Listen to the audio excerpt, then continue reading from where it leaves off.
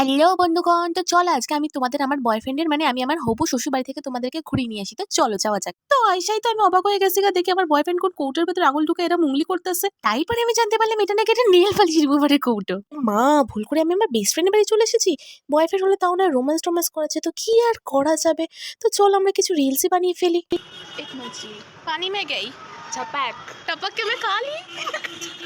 সত্যি বলছি গাইস, আমার বান্ধবী কিন্তু আমার একটু আমার বয়ফ্রেন্ডের অভাবটা ফিল করতে দেয়নি। ওই জন্যই তো দেখো এত কেয়ারের সাথে ও আমার চুলটা বেঁধে দিচ্ছিল। অ্যাকচুয়ালি ও কিন্তু আমার ছোটবেলার বেস্ট ফ্রেন্ড। তো আমি যখন বলছিলাম তুই এই ফুলগুলো থেকেও সুন্দর, ও আমাকে এত সুন্দর সুন্দর কথা বলছিল যেগুলো বললে আমার ভিডিওটা হয়তো রেস্ট্রিক্টেড হয়ে যাবে। তারপর তো গাইস এই মেশিন থেকে ভাবলাম আজকে হয়তো ও আমাকে খুনটুন করেই ফেলবে।